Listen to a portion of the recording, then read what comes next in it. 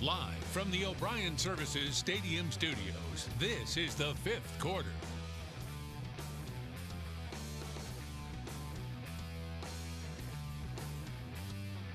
Ladies and gentlemen, we have made it. Welcome to the final regular season edition of the fifth quarter. This is the place for the best high school football coverage from Rivalry Week. I'm Dustin Dorsey. South Brunswick offensive line coach Larry Brock is back, fresh off a game tonight. Coach, we appreciate you coming by after the game this week. Glad to be here. Drove the bus back, got in my truck, made it here. We're ready to go. That is true dedication right there, folks. Let's go ahead and get into that action right now. In our first game of the night, the Three Rivers crown was up for grabs. Whiteville and South Columbus have been two of the best teams in the area. Heck, the state. Tonight, they looked for county bragging rights. So it's out to the OK Corral for the conference title game in this one between the Pack and the South Columbus Stallions. Look at this start for Whiteville, Coach. Look at Jatique Martin going up the sidelines. Hey, just get to play the ball in the playmaker's hands and let him go to work, and that's what he did. That is a great start for the Pack, looking for the upset on this one. The fireworks continuing. Look at Philip Powell hitting the edge. They're running the football now on him. Just a little jet sweep action around the left side, and he's fast. I'm telling you, Coach Luke Little's got them going. Playoffs are ready. They're going to have a good run in the playoffs. Yes, they do. They need to get through this team tonight. They need to keep this going on the road at South. This works, though. Former fifth quarter player of the week, Ty Moss, Jatique Martin again. I tell you, it looks like it's going to be a blowout. They continue. It sure does. And I'll tell you what, it was. Down goes the perfect season. The Wolfpack continue their offensive attack with a 47-14 victory over South. Both teams take a share of that conference title. Now, over in Bladen County, East Bladen can take a third of that Three Rivers crown with a victory tonight. They got to get it against West Bladen. Big rivalry game. Big rivalry. East Bladen is a tough, hard-nosed football team. You see it right there, right up the middle. It's the touchdown Eagles. Travaris Carter gets on the board here. But hey, the Knights, they're a scrappy bunch. They're not just going to go down without a fight. They have a nice little run game too. Here's a nice run, Karan Washington. Good bit of running there. Yeah, we played them early in the year. They have some fast kids. You know, it's a tough game. East just has so much tradition. Tyree Boykin, he's pretty fast. He's finding the end zone. They made an effort, but the Eagles' run game, too much. Just like you said, Coach, they get the share of the conference titles. They win this one 48-12. Now it's over to Lake Waccamaw, where the Vikings and Gators look to finish off their season on the right note with their first one of the season. And check out. Oh, man, what a hit. Oh, I feel bad for him. Gosh, little wrestling action right there. That one hurts right here. They respond, though. It's the Gators finding the end zone. Kenji Bowen, 8-0 for East to start. It's good to see East Columbus have some success. They've had some troubles this year, and it's good to see that happen right there against West Columbus. These are two teams looking to fight. They're fighting for some extra yards, but you can't put the ball on the ground. That's the number one way to lose a game, put the ball on the ground. They would take over West's ball, and they go ahead and capitalize on this turnover. They're going to find the end zone here. They're going up top. Look at the jump ball. Oh, he went up and got it. Touchdown, West Columbus. A little bit of basketball play, all tied at 8 right there, but it's the Gators who come away with the home victory to close the year. East takes the Columbus County battle 20-14. Now, how about some Coastal 8 action? Pender was on the road tonight taking on Croatan. The Cougars are a good team right here, and Pender's looking to get things going. I'm going to tell you, that's a long bus trip to Croatan. I've done it a few times. This is a long run right here. Goes left, cuts all the way back to the right, and all the way back to the left. Got to get some tackling drills. They are running away with this one. That is a big-time touchdown for the Cougars. Big night for Franzen, who you just saw there. Nick Harrell finds number 11 again. He's got speed. He is running away with it. Another touchdown for Croatan. Pender can't get the road victory to close out the year. The Patriots fall to 4-7 in 2017. Now it's over to Onslow County, where Trask looked to claim a share of the conference crown, but they'd have to beat the Stallions on the road here. I'm going to tell you, Southwest Onslow's had a good year. Moving into this conference really helped them with the numbers game. When we played them, it was very tough for them. They are undefeated in the conference, and this is why Jacoby Johnson says, see you later. They win this game with overall ease. The historic regular season ends for Trask at 8 wins. Southwest takes the Coastal 8 Conference 43-14. So, Coach, Whiteville forces a three-way tie, and East and South, I'm told, will draw straws tonight, looking to see Who gets that first place spot in the playoffs, that top seed? If you remember back, Coach Luke Little really took offense to everybody thinking it was East Bladen or South Columbus Conference, kind of leaving them in the dust, and I think he answered that call tonight. So congratulations to them. You know, hard work by Coach Little. I've known him for a long time, and hey, anything can happen in the playoffs. Ain't that the truth right there? Hey, they came out, they started the year with a different quarterback, but when Ty Moss came in, they put up video game-like numbers this season. Yeah, when you got playmakers and you put them in the right spots, then you can have a good year, and he's done that. Absolutely. It was a great year for the Wolfpack, but they're not done yet. Southeast and Whiteville will continue on. We're going to check in now with the Mid-Eastern Conference next, see how all those games went, and then the biggest game of the year. You do not want to miss it. We'll be right back. This is the fifth quarter. Yes, it is. Welcome back. There's no time to waste, Coach. Let's head over to the game that you were a part of tonight over in Shallotte. Big-time battle in Brunswick County between your Cougars and the West Brunswick Trojans. Thank you to ATMC. We bring you the action. Yeah, the Trojans had a great game tonight. They're gonna get on. The Cougars gonna get on their offensive line coach if he don't do a better job taking care of the quarterback there. So that was a tough one to start off right there, and then this man's a tough man right there, Jakari Bethel. He ended up having 23 carries, $175, and that touchdown on the night. Yeah, I got tired of hearing Jimmy Caraway, their announcer, say his name. So congratulations to him, but it wasn't fun. Here's another one. I'm sorry to keep kind of putting salt in the wound there. Coach Owen McDowell finds the end zone, busted play, turns right for the Trojans.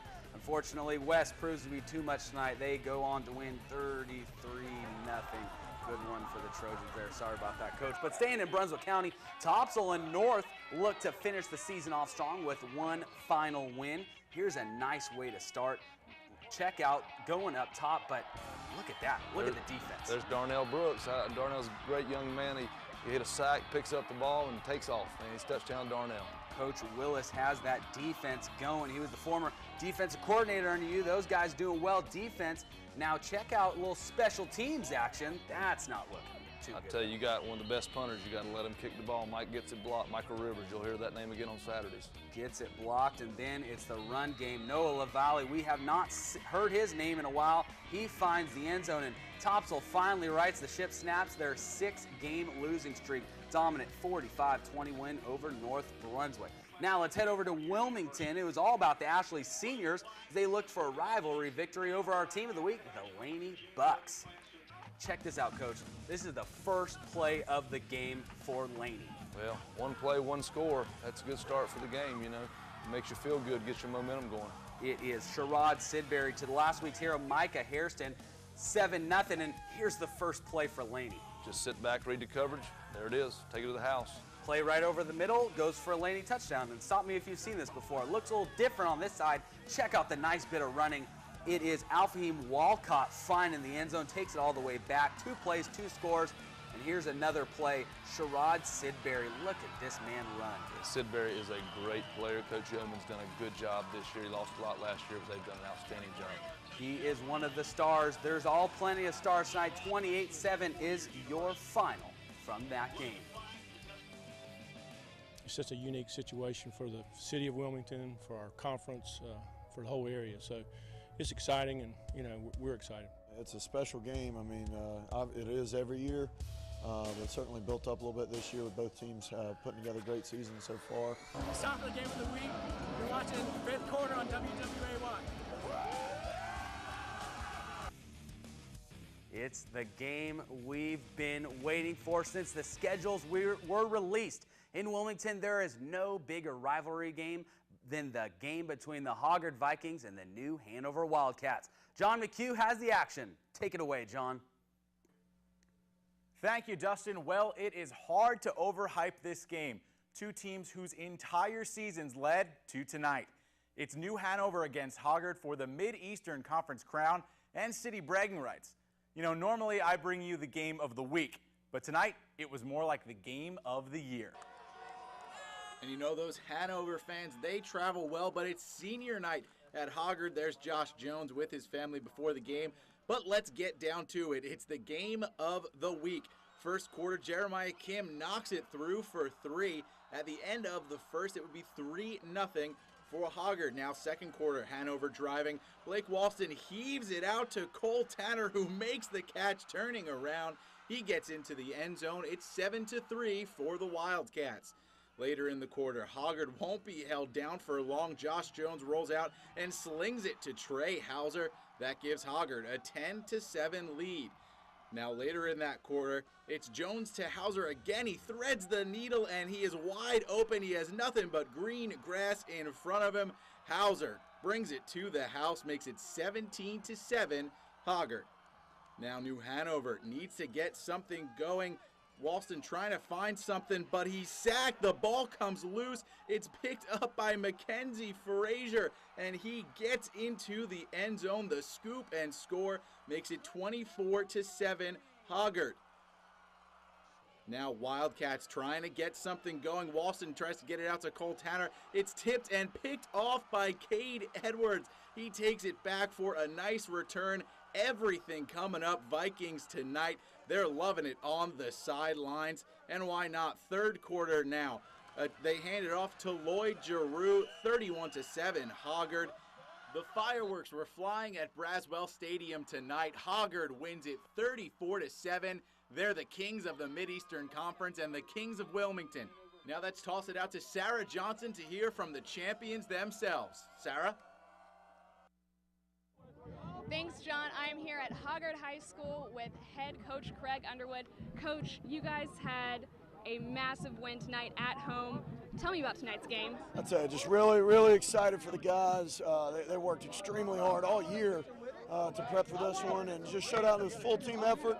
Great execution in special teams, great execution on offense and defense. So just, again, a full team effort tonight. Just really proud.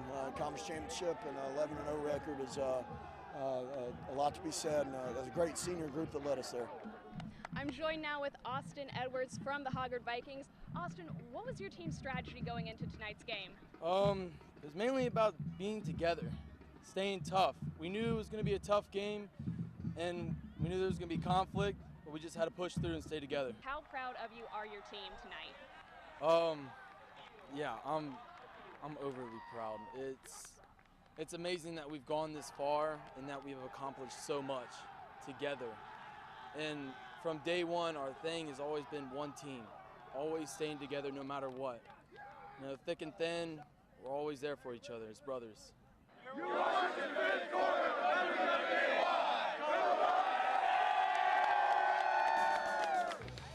Well, congratulations to those guys. Now let's go ahead and look at all the big wins from week number 12.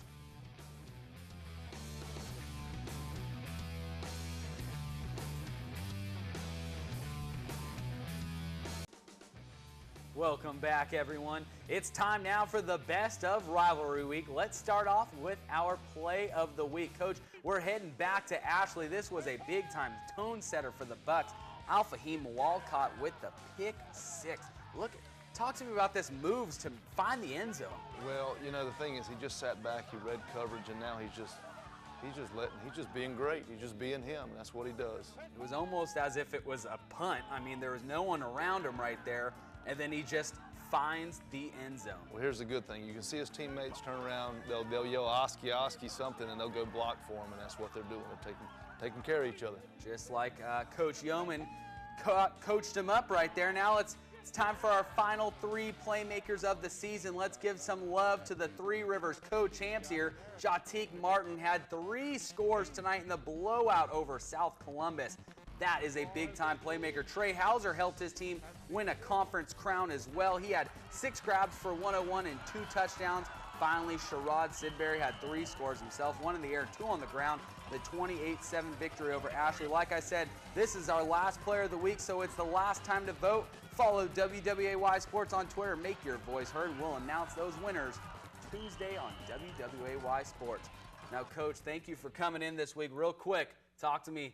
How good and how far can Hoggard go? I think they can go a long way, but the one thing everybody's got to understand is Hoggard's going into the 4A playoffs, and New Hanover's going into the 3AA playoffs. So both of these teams can still go far. You know, it's a rivalry game, but hey, New Hanover won the last 2. Hoggard gets this one, but listen, we pull for them, hope they do well in the playoffs. We're going to hope everybody does well in the playoffs. That will do it for the regular season, everyone. No games are guaranteed from here on out. Time for the playoffs, and we'll see you then. You're watching ABC on WWAY TV3.